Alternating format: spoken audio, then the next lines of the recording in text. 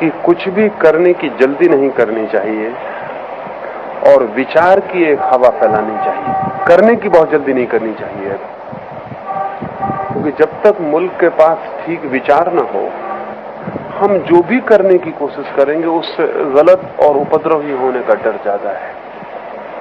तो मुल्क के पास ठीक ठीक माइंड नहीं है, इसलिए एक्शन की बहुत जल्दी गड्ढे में ले जाने वाली और कहीं नहीं ले जाने वाली। तो मेरा कहना, अभी एक 5-10 साल तो मुल्क को एक माइंड क्रिएट करने की कोशिश करनी चाहिए। फिर उस माइंड के पीछे एक्शन तो आता है, जैसे छाया आपके पीछे आती है। एक्शन बहुत कीमत का है ही नहीं। एक बार स्पष्ट दिमाग हो मुल्क के पास, तो क्या करना है वो तो बहुत आसानी से आ जाता है, कैसे करना है वो भी बहुत आसानी से आ जाता है। लेकिन करने वाला कौन है, कैसा है, ये बहुत मुश्किल बात हो गई है। तो हमारे पास जैसा दिमाग है, उस दिमाग को लेके क्या करना है, कैसे करना है, चिल्लाते रहो, उससे कोई फर्क नहीं पड़ेगा। तो मेरी जो चेष्टा है वो तो ये है कि मेंटल रेवोल्यूशन कैसे हो जाए, और इसकी हम चिंता ही ना करें कि उस मेंटल रेवोल्यूशन को किस ढांचे में डालें। अभी वो जल्दी हमने की तो वो बात नहीं होने वाली।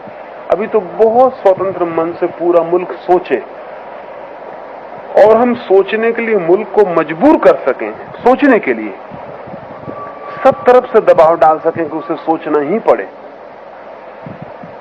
इसकी पूरी की पूरी व्यवस्था करनी चाहिए। जैसे युवकों के संगठन हैं, गांव में एक आदमी ऐसा बोलते हुए नहीं जाना चाहिए कि जिसको आप पूरी तरह से सोचने को मजबूर न कर दें। गांव में कोई भी बोलने आता है तो 1000 प्रश्न होने चाहिए, और ये मुल्क के सामने स्पष्ट हो जाना चाहिए कि अब हम बकवास सुनने को राजी नहीं हो। बोलना है तो बहुत सोच के आओ और एक एक चीज का जवाब लेके आओ, नहीं तो नहीं सुनेंगे। तो मुल्क में कोई भी कुछ बोल रहा है, कुछ भी कह रहा है, और सारे लोग सुन रहे हैं बैठे। तो हिंदुस्तान के युवक अगर इतना भी कर दें कि हिंदुस्तान के व्यर्थ बोलने वालों का मुंह बंद कर दें और हर बोलने वाले को सोचने के लिए मजबूर कर दें, और हर सभा को एक डिस्कशन में परिवर्तित कर दें, 1-2 साल तक मुल्क में कोई चीज अनक्वेश्चन्ड न रह जाए, और हर चीज पे प्रश्न हो, हर चीज पे संदेह हो, और ऐसी एक भी बात न चल पाए मुल्क में जिसपे कि डाउट नहीं किया गया और लड़ाई नहीं लड़ी गई। बस 2 साल इतना भी अगर मुल्क के दिमाग में बात आ जाए तो हम 2 साल में बहुत साफ नतीजों पर पहुंच सकते हैं, कोई कठिनाई नहीं। लेकिन वही नहीं हो रहा है, वही नहीं हो पा रहा है। चिंतन जैसी चीज ही नहीं है, और जिनको हम समझते हैं चिंतक, वो सब पिटी पिटाई बातें दोहरा रहे हैं, उसमें कुछ चिंतन नहीं हो रहा। और सारे युवक सुन रहे हैं, बड़ी हैरानी की बात ये, कोई विरोध भी नहीं है उसका। व्यक्तिगत रूप से भला कोई कुछ विरोध कर रहा हो, सोच रहा हो, लेकिन सामूहिक तल पर चिंतना नहीं। तो कैसे एक डायलॉग पैदा हो जाए पूरे मुल्क में। हजारों चीजें हैं जो अनक्वेश्चन चल रही हैं हजारों साल से, जिन पे कोई सवाल ही नहीं उठाता। और कई दफा ऐसा होता है कि अगर सवाल न उठाया जाए तो हमें पता ही नहीं रहता कि ये भी सवाल उठा। अरस्तु ने अपनी किताब में लिखा हुआ है कि स्त्रियों के दांत कम होते हैं पुरुषों से। अरस्तु जैसे बुद्धिमान आदमी, और अरस्तु के 1000 साल तक किसी आदमी ने क्वेश्चन नहीं किया इस बात पर। और इतनी सरल सी बात है कि स्त्री के दांत गिने जा सकते हैं, लेकिन चूंकि अरस्तु के पहले से हजारों साल से बात यूनान में चल रही थी कि स्त्री के दांत कम होते हैं, ये मान ली गई थी। इसको किसी ने, न किसी स्त्री ने फिक्र की, न किसी पुरुष ने फिक्र की। अरस्तु की खुद 2 औरतें थी, एक भी नहीं। वो किसी के भी दांत गिन सकता था बैठा के कि दांत गिन ले, तो कोई सवाल नहीं था। 1000 साल बाद जब पहले दफा किसी आदमी ने औरत के दांत गिने और उसने कहा कि तो बड़ी गड़बड़ बात, दांत बराबर होते, तो कोई मानने को राजी नहीं हुआ कि ये हो कैसे सकता है, क्योंकि हजारों साल तक अगर दांत बराबर थे तो कोई तो गिनता, कोई तो पूछता। इस मुल्क में तो ऐसी हजारों बातें बिना पूछे चली आ रही हैं कि हम उनको सुनते हुए पैदा होते हैं, वो हमारे खून में मिल जाती, सुनते हुए मर जाते हैं, हम कभी पूछते हैं। मुल्क ने पूछना ही बंद कर दिया है। तो मेरी तो अभी सारी कोशिश ये है कि मुल्क में एक प्रश्न और एक डायलॉग और सब मसलों पर, छोटे से लेकर बड़े मसले तक, हम किसी चीज को अंधे होकर विश्वास करने को राजी ना हो।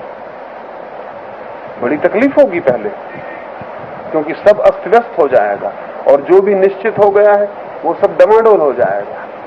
लेकिन उसको डमाडोल कर देना जरूरी है। और इस क्वेस्ट से, इस चिंतना और विचार से जो हवा पैदा होगी, तो एक नया माइंड मुल्क में पैदा होगा जो सोच विचारशील हो। और उस माइंड से फिर एक्शन करवाना बहुत कठिन नहीं। एक दफा ये साफ हो जाए क्या करना है, कैसे करना है। लेकिन ये साफ उस माइंड को होगा जो पूछता हो, सोचता हो, खोजता हो। न हम सोचते, न पूछते, न खोजते। तो मेरा कोई बहुत ब्यौरे में काम करने पर अभी तो मेरा कोई जोर नहीं है। अभी तो मेरा जोर ये है कि मैं आपको किसी तरह हिला दूं और सोचने के लिए मजबूर कर दूं। और अभी इसकी भी बहुत फिक्र नहीं कि मैं आपको क्या सोचने की दिशा में ले जाऊं, क्योंकि जैसे ही मैंने ये फिक्र की कि आपको क्या सोचने की दिशा में ले जाऊं, वैसे ही मैं भी नहीं चाहूंगा कि आप पूरी तरह सोचें। फिर मैं यही चाहूंगा कि जो मैं चाहता हूं वही आप सोचें, और फिर बंधन शुरू हो जाता है। तो अगर मेरा कोई आइडिया हो एक कि इस तरफ सारे लोगों को ले जाना, तो फिर मैं भी नहीं चाहूंगा कि सब लोग सोचें। फिर मैं यही चाहूंगा इतना सोचें जितने से वो मेरे साथ चलने को राजी हो जाएं, और इतना ना सोचें कि मुझ पर संदेह करने लगे। इसलिए दुनिया में जो आइडियोलॉजिस्ट होते हैं वो कभी चिंतन को गति नहीं दे पाते, और जो इज्म के मानने वाले होते हैं, वादी होते हैं, वो भी कभी विचार को गति नहीं देते, क्योंकि उनका मूल आग्रह भीतर ये होता है कि उतना सोचो जितने से तुम मुझसे राजी हो जाओ, उससे ज्यादा मत सोचना कहीं तुम मुझी को ना संदेह करने लगो। तो मेरा कहना है कि न मेरा कोई इज्म है, न कोई विचार है, न कोई विचारधारा है। मेरी एक ही चिंतना है कि विचार कैसे पैदा हो। कोई विचारधारा का मुझे कोई ख्याल नहीं है। और ये पैदा करने में युवक और युवकों के सारे संगठन बड़े काम के साबित हो सकते हैं। तो तीव्र डिस्कशन पूरे मुल्क में हो जाना चाहिए। अभी मैं सेक्स पे बोला तो मुझे हजारों पत्र आए, और वो पत्र ये थे कि आपसे हम चाहे राजी हों या न राजी हों, लेकिन हम इसकी आपको धन्यवाद देते हैं कि आपने एक विषय पर चर्चा शुरू की। लेकिन वो भी चलती नहीं बहुत जितने जोर से चलनी चाहिए। मेरे खिलाफ जिनको लिखना है वो तो जोर से लिख देते हैं। मेरे पक्ष में सैकड़ों सोचने वाले लोग हैं, वो कुछ लिखते ही नहीं। वो सोचते हैं कि ठीक है, अच्छा लगा, बात खत्म हो गई। तो चलेगा नहीं। मैं ये नहीं कहता कि मेरे पक्ष में लिखा जाए, मैं ये कहता हूं कि सब तरफ से लिखा जाए और इतने जोर से विवाद चलाए जाएं कि कोई एक मसला पूरे मुल्क में मंथन का कारण बन जाए। वो नहीं बनता है, कोई मसला नहीं बनता है। और हम किसी मसले को उठाना भी नहीं चाहते और डरते भी, क्योंकि उठाया मसला तो पता नहीं क्या नतीजे निकले उसके विवाद के। और हिंदुस्तान के नेता तो बिल्कुल नहीं चाहते कि कोई विवाद मुल्क में हो, कोई चिंतना हो, कुछ हिसाब, कुछ नहीं चाहते। हिंदुस्तान के धर्मगुरु भी नहीं चाहते। हिंदुस्तान का कोई भी वेस्टेड इंटरेस्ट ये नहीं चाहता कि कोई भी क्वेश्चनिंग शुरू हो जाए। न बाप चाहता है, न स्कूल का शिक्षक चाहता है, न वाइस चांसलर चाहता है, कोई नहीं चाहता। सब वेस्टेड इंटरेस्ट ये चाहते हैं कि जो चल रहा है वो ठीक है, स्टेटस को जारी रहना चाहिए। और वो तभी जारी रह सकता है जब आप कुछ ना पूछो, चुपचाप मानते चले जाओ। उन सब की चेष्टा ये, और उन सब की चेष्टा बड़ी घातक हो गई। इधर तो मैं ये कहता हूं जैसे सोक्रेटिस ने यूनान और एथेंस की गली गली, कूचे कूचे में क्वेश्चनिंग खड़ी कर दी। सड़क पर निकलना मुश्किल कर दिया लोगों का कि अगर आप जा रहे हो, सोक्रेटिस दिख गया तो आप दूसरी गली से निकल जाओगे, क्योंकि वो मिल गया तो कुछ ना कुछ पूछेगा और भीड़ खड़ी हो जाएगी और आपको ऐसी स्थिति में डाल देगा कि आपको जवाब न दे सकोगे। उसी से एथेंस गुस्से से भर गया उस आदमी पर। इस वक्त मुल्क को सैकड़ों सोक्रेटिस की जरूरत है। कुछ न करें वो गांव गांव में क्वेश्चनिंग खड़ी कर दें और ऐसी हालत पैदा कर दें कि कोई भी निसंदिग्ध भाव से खड़े होकर न कह सके कि ये सच है, और इस तरह न कह सके कि हमें पता है, हम जानते और तुम्हें मानने की जरूरत है। तो इससे बिल्कुल नई लीडरशिप पैदा होगी और पुरानी लीडरशिप को और किसी तरह से बदला नहीं जा सकता है, क्योंकि पुरानी लीडरशिप को अगर बदलते हो आप तो या तो पुरानी लीडरशिप के हथकंडे ही उपयोग करो, तब आप बदलते में वही हो जाते हो जिसको आपने बदला।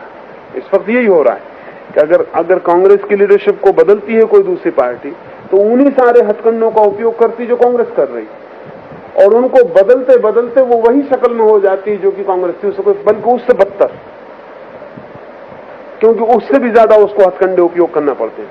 अगर कांग्रेस लड़ रही है और वो भड़का रही है मुसलमान को और हिंदू को वोट करवाने के लिए, या बंगी को, चमार को, कि इसको वोट करो, उसको जातिवाद का उपयोग कर रही, तो विरोधी भी वही उपयोग कर रहा है। अगर वो पैसे बांट रही तो विरोधी भी पैसे बांट रहा है, और आखिर में उससे लड़ते लड़ते आप वही के वही हो जाते हो।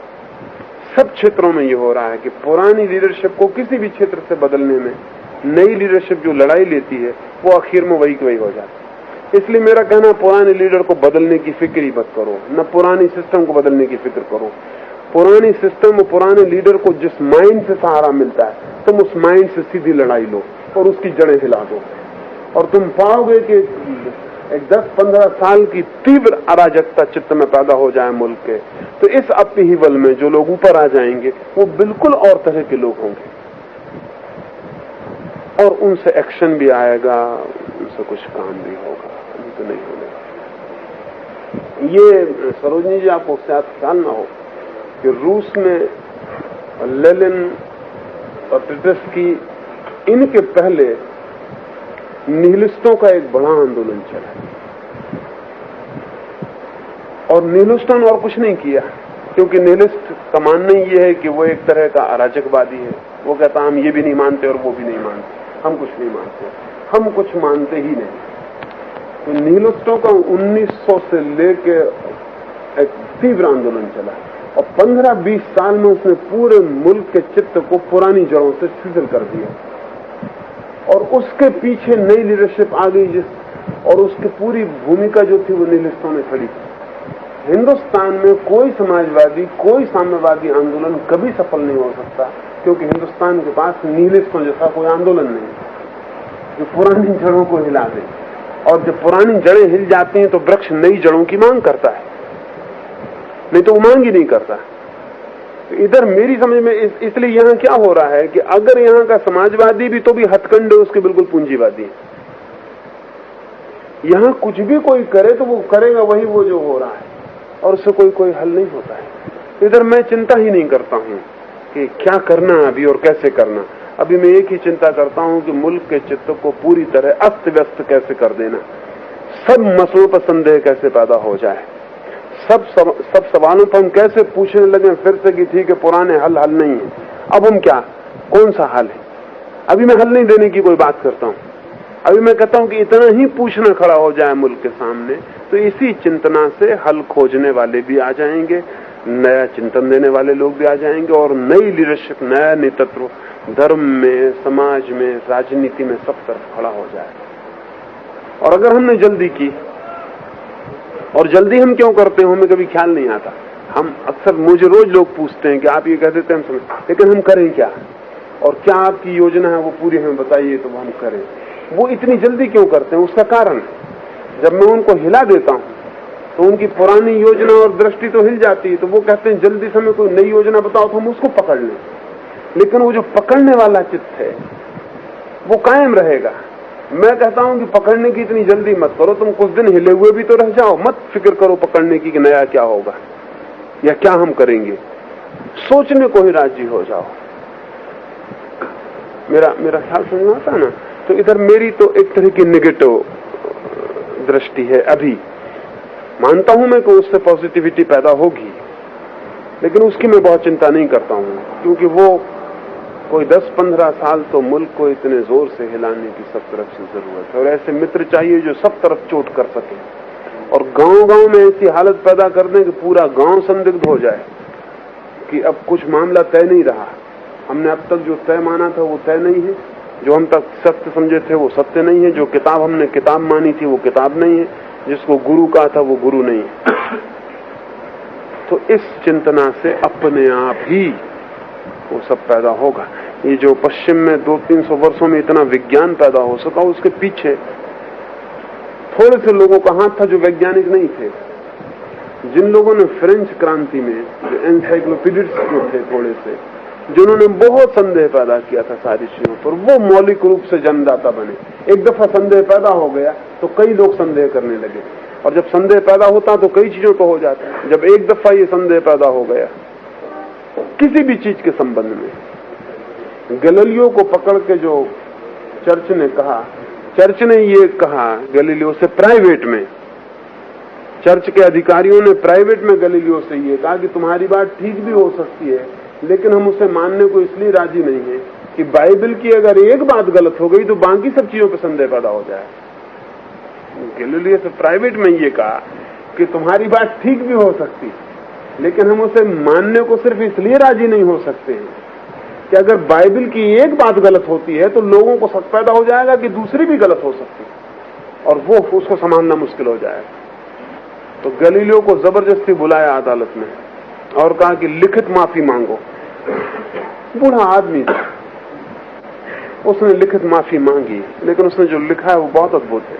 उसने लिखा कि तुम कहते हो कि पृथ्वी का चक्कर सूरज लगाता है, तो मैं माने लेता हूं और मैं क्षमा मांगता हूं कि मैंने ऐसा कहा कि पृथ्वी सूरज का चक्कर लगाती है, लेकिन मेरे क्षमा मांगने से कुछ भी नहीं होता। पृथ्वी सूरज का चक्कर लगाती मैं कुछ नहीं कर सकता, मेरा कोई बस नहीं, ये मेरा कसूर ही नहीं कि पृथ्वी लगाती। मैंने कहा उसके लिए मैं क्षमा मांगे लेता हूं, लेकिन लगाती पृथ्वी सूरज का चक्कर है और सूरज पृथ्वी का चक्कर नहीं लगाता। और गैलीलियो की इस बात ने इतने संदेह उठा दिए कि सब गड़बड़ हो गया पूरा का पूरा। ये एक आदमी पूरी बाइबल का भवन गिरा गया नीचे के ऊपर। और फिर जब लोग कहने लगे एक शक हो सकता है दूसरा शक भी हो सकता है। हिंदुस्तान के साथ कठिनाई ये है कि तुम ये जान के हैरान होगे कि हिंदुस्तान के युवकों ने गीता में एक संदेह नहीं उठाया 3000 साल। मुल्क मरेगा नहीं तो क्या होगा। वेद में एक संदेह नहीं उठाया हिंदुस्तान के युवकों ने। महावीर और बुद्ध में एक शक पैदा नहीं किया कि यह आदमी गलत भी हो सकता है। एक बात बड़ी आश्चर्यजनक बात है ना, इतनी आश्चर्यजनक बात है कि 3000 साल की संस्कृति में हम युवक एक संदेह नहीं उठा सकते। तो दो ही अर्थ हो सकते हैं, या तो सर्वज्ञ हो चुके जो सब सही कह गए, या फिर दूसरा ये हो सकता है कि हम ये भूल ही गए कि प्रश्न उठाना भी एक कला है और वो नहीं उठाया जाए तो मुश्किल हो जाए। और जब तक हिंदुस्तान के युवक गीता में, कृष्ण में और बुद्ध में और महावीर में और राम में और गांधी में, इन सब में संदेह नहीं उठाएंगे, और मैं तुमसे ये कहता हूं कि अगर एक एक संदेह भी एक एक में उठा दो तो नींव गिर जाएगी। एक एक संदेह को, ऐसा नहीं कि तुम पूरे संदेह, बस एक तुम उठाओ दूसरा उठाएगा, और 10 साल में तुम देखोगे कि हजारों संदेह उठ गए जो कभी नहीं उठ रहे। बस एक सिलसिला चाहिए। और एक दफा पता चल जाए कि कृष्ण एक दिन पर गलती कर गए तो हम ये तो हो जाता है ना कि कृष्ण और गलती भी कर सकते हैं, तो कोई ठेका नहीं ले लिया किसी ने ठीक होने का। तो मेरी तो अभी कोशिश ये है, और अकेला आदमी अगर और कर भी नहीं सकता कुछ, क्योंकि मैं संगठन में विश्वास नहीं करता, क्योंकि मेरा मानना है कि सब संगठन विचार को रोकने वाले होते हैं। संप्रदाय में विश्वास नहीं करता क्योंकि संप्रदाय रोकने वाले होते हैं। तो मेरा विश्वास तो व्यक्ति की चिंतना, साहस और हिम्मत में है। तो उसको कैसे जगाना, उस कोशिश में लगो। उस जागने से कुछ लोगों को लगेगा कि कुछ करने योग्य आ गया, वो कुछ करेंगे और मुझसे पूछेंगे तो मैं हमेशा राजी हूं उनसे कि मुझे क्या सूझता है वो मैं कहूं। लेकिन वो लोग तो आ जाएं तभी कुछ कहना ठीक है, और नहीं तो एक नया वर्ग पैदा हो जाएगा। अगर मैं कोई योजना देता हूं कि ये करना है तो मुझ में विश्वास करने वाला एक छोटा सा वर्ग खड़ा हो जाएगा, और वो मुझसे कहने लगेगा कि अब आप ये शक और संदेह की बातें मत करिए क्योंकि हमारा सब काम गड़बड़ होता है। तो अभी मैं उसकी बात ही नहीं करता। अभी तो मैं मुझ पे भी संदेह करने की पूरी चेष्टा करवाता हूं कि मैं भी संदिग्ध हो जाऊं, मुझ पे भी सोचो। और अब हिंदुस्तान में कोई आदमी असंदिग्ध न हो, सब आदमी संदिग्ध हो और सब विचार संदिग्ध हो, ताकि हम रोज सोच सकें और रोज आगे से आगे जा सकें। फिर आता हूं कभी 2 दिन के लिए, 2 दिन या 3 दिन के लिए कुछ ऐसा करो ताकि काफी जोर से सारे मुद्दे पर बातें हो सके।